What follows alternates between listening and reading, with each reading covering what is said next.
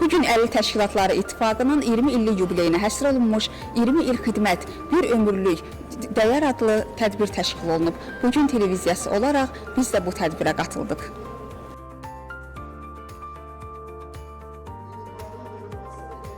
Əlil Təşkilatları İttifaqının prezidenti Davud Rəhimli qonaqlara tədbir haqqında məlumat verib.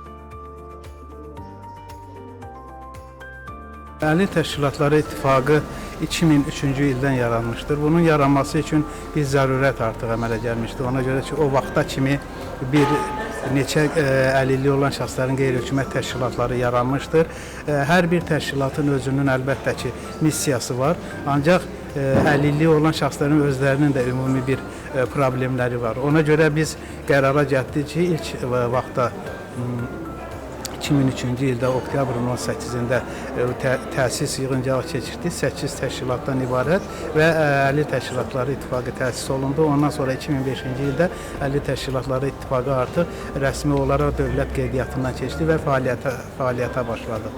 Və bu fəaliyyətin də əsas qayəsi, əsas məqsədi odur ki, əlilliyi olan şəxslərin, təşkilatların bir əməkdaşlığı qurulsun, koordinasiya olsun, bunlar bir-birindən və eyni zamanda bu təşkilatların bacarıqlarının artırılması istiqamətində layihələrin hazırlanması və digər təşkilati işlərdə bu təşkilatlara dəstək olunsun. Tədbirdə Azərbaycan Respublikasının İnsan Hüquqları üzrə Müvəkkili Aparatı, Əmək və Əhalinin Sosial Müdafiəsi Nazirliyi, Milli Məclisin Əmək və Sosial Siyasət Komitəsi, BMT-nin Azərbaycan nümayəndəliyi, Azərbaycan Milli QHT Forumu, Dövlət Şəhərsalma və Arxitektura Komitəsi və digər qurumların nümayəndələri çıxış ediblər.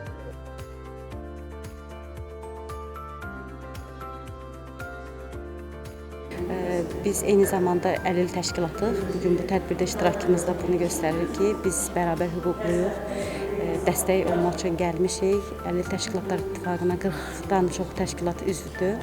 Biz də onlardan biriyik. Bugünü keçirməkdə məqsədimiz, bu tədbirdə iştirak etməkdə məqsədimiz odur ki, 20 ildir artıq cəmiyyətdə bərabər hüquqlu insanlar üçün addımlar atılır. Və cəmiyyətimizdə istəyərdik ki, insanlar arasında ayrım fərq edilməsin. Bütün insanlar istəyir əlil, istəyir sağlam insanlar hər bir cəmiyyətdə eyni hüquqa malik olsunlar.